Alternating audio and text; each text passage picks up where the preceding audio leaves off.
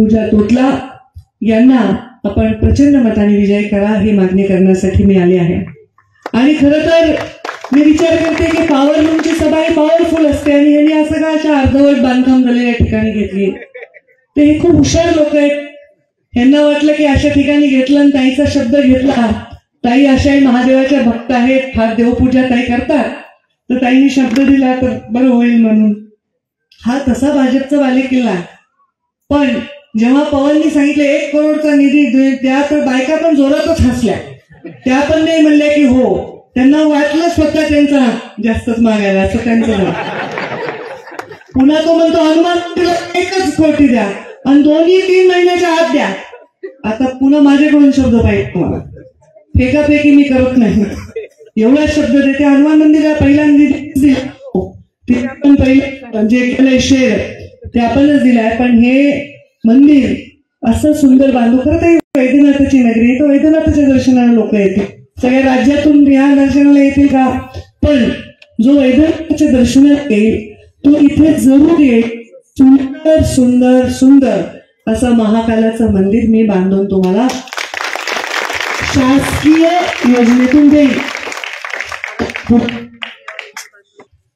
हा निधी मी देईन. हनुमान मंदिरही, कारण हनुमान सुद्धा शिवाचाच अंश, हनुमान मंदिरही मी बांधून देईन. या पॉवर लूम मध्ये अनेक वर्ष मी आले. 2004ला 99ला जेव्हा जेव्हा झाल्या तेव्हा मुंडे साहेबांच्या प्रचारासाठी आले, स्वतःच्या प्रचारासाठी आले, लोकसभेसाठी आले, नगरपालिकेसाठी आले. आणि मागच्या वेळी मी पालकमंत्री असताना मैदानात मंदिराचा विकास आराखडा मंजूर करून घेतला असताना, नगरोत्थानचा कोट्यावधीचा रुपयाचा निधी घेतला असतानाही मला नगरपालिकेमध्ये पराभव करावा लागला. आणि म्हणून मी जरा नाराज झाले. कारण मी पालकमंत्री असताना परळीचा विकास करायचा होता आणि आता नगरपालिकेत सत्ता नसल्यामुळे तो अडचणीचा होईल. तर तेव्हा सुद्धा या भागातल्या, या वॉर्डामधल्या 14 वॉर्डमधल्या लोकांनी, जे तेव्हा 13 होता, या लोकांनी आमचं नाक ठेवलं आणि आमचे उमेदवार निवडून दिले. आमच्या उमा काकू आणि पवन यांना निवडून दिलं. आता मग यावेळी आम्हाला निवडणूक लढवायची होती. सगळ्या आधी आमच्या पदाधिकाऱ्यांची इच्छा होती पूर्णपणे निवडणूक लढवली पाहिजे. आमची तयारी पण होती, आमच्याकडे उमेदवार पण चांगले होते. पण मी नेहमी विचार केला की आमची लढाई आहे, ती लढाई ही युद्ध होऊन जातं, साधी लढाई राहत नाही. मग पूर्णपणे मग एक वातावरण तंग झालं असतं. मी विचार केला पुन्हा आमच्या दोघांच्या लढाईत परळीने हरली पाहिजे. राष्ट्रवादी भाजपच्या लढाईमध्ये परळीचा विकास नाही हरला पाहिजे. आणि म्हणून परळीच्या विकासाच्यासाठी आम्ही एकत्र लढायचं ठरवलं. एकमेव युती आहे जी झालेली आहे. बाकी सगळ्या ठिकाणी आम्ही एकमेकांच्या विरोधात लढतोय. कारण इथे आम्ही परळीच्या बाजूने लढतोय. ही परळी मुंडे साहेबांची परळी आहे, ही आपल्या प्रभू वैद्यनाथाची परळी आहे. आणि इथे 12 ज्योतिर्लिंगांपैकी एक ज्योतिर्लिंग आहे. हे परळीकडे आल्यावर येणाऱ्यांनी म्हणावं की काय ही परळी, असं काम या परळीत करायचं असेल तर हे तंटामुक्त परळी पहिले करायला पाहिजे. आणि म्हणून आम्ही हे एकत्र येण्याचा निर्णय घेतला. आम्ही म्हणलं भैयांसारखा चांगला उमेदवार म्हणजे आमच्या पद्मश्री या सुविद्य उमेदवार आहेत, तुमच्या पण पूजा या सुविद्य उमेदवार आहेत आणि तू पण सुविद्यच आहेस पवन.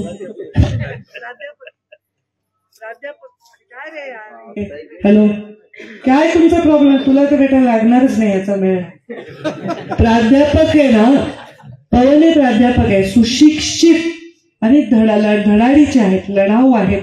तुमच्या विकासासाठी तळमळीने माझ्यापर्यंत येतात. मी अट घातली आहे यावेळी जेवढे उमेदवार निवडणूक लढतील ती अट अशी आहे, मी ती अशी आहे, ते सिग्नल कुठून येले तिथे मधले माणसं बसा.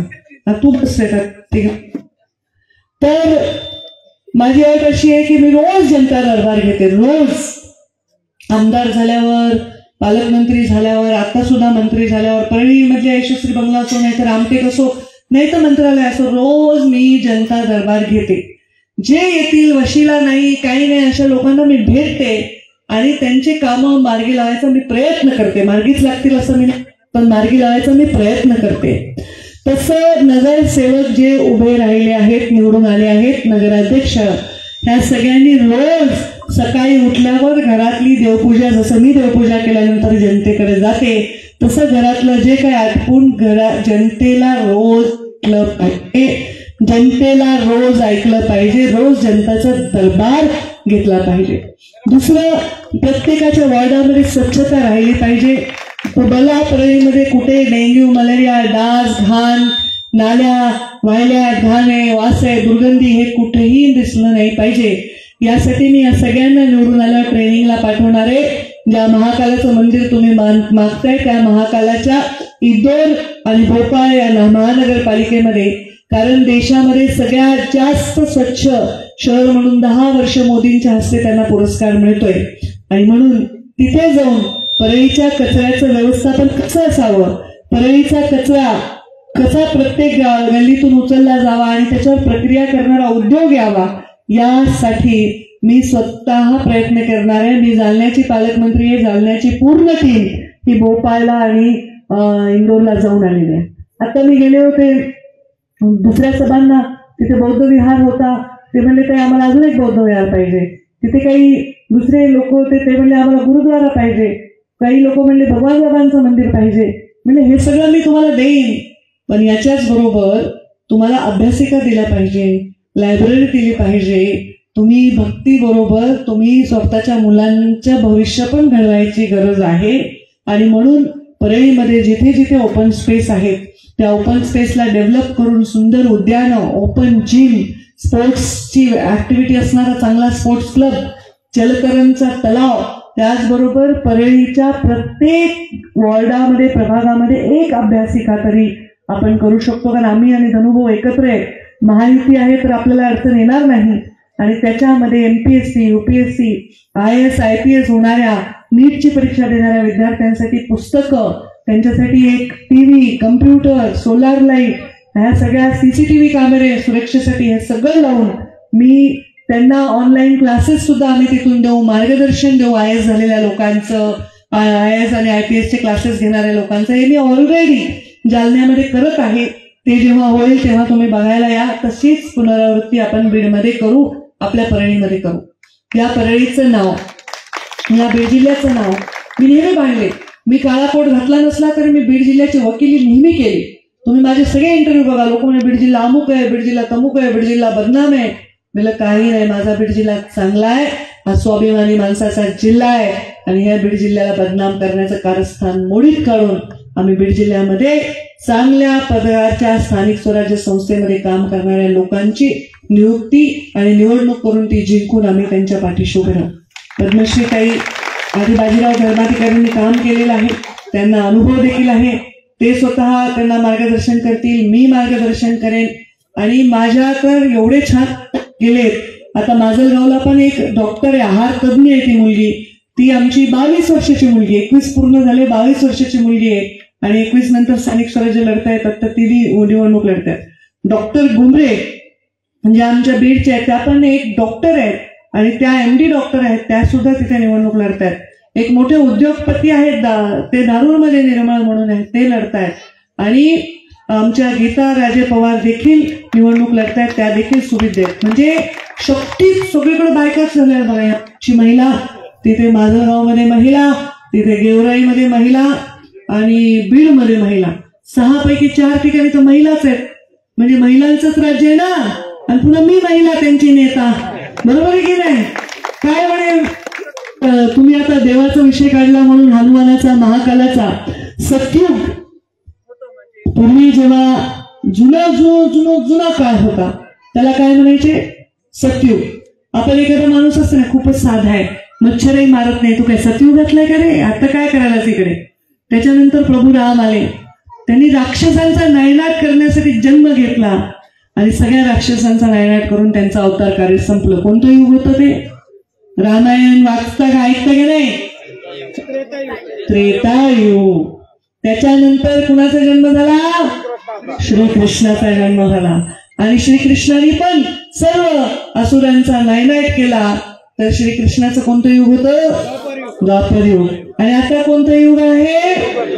कलियुग. खूप छान आहे का? चांगलं असेल नाही?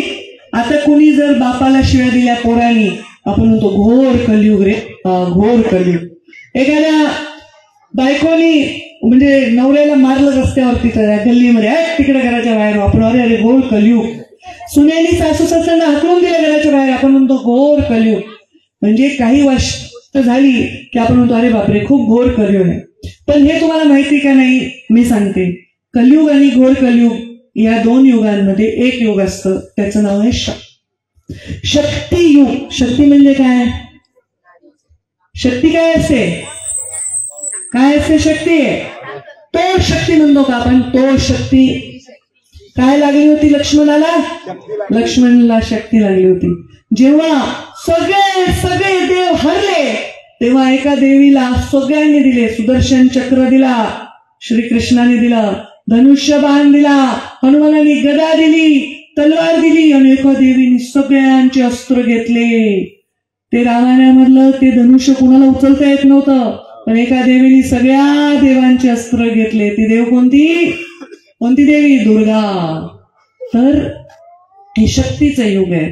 आणि ज्या शक्तियुगामध्ये महिलेचा उद्धार होईल, महिलेला संरक्षण मिळेल, महिलेचं चांगलं होईल, तर घोर कलियुग भोगावा लागणार नाही. म्हणून ही शक्तियुग आहे. आणि मला वाटतं माझ्या बीड जिल्ह्यामध्ये शक्तियुग येणार आहे. माझ्या बीड जिल्ह्यामध्ये 6 पैकी 4 जण महिला जर नगराध्यक्ष होणार आहे. महिलेचं काम फार भारी असतं.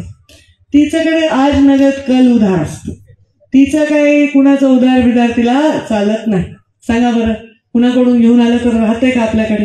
आपल्याला लग्नाला जायचं तर बाबा शेजारी आपण कुणाला सांगितलं तुझं ते नेकलेस मी घालून जाते माझ्या मैत्रिणीच्या लग्नात, कधी घरी येऊन आधी साडी बदलायच्या आधी ते नेकलेस वापस.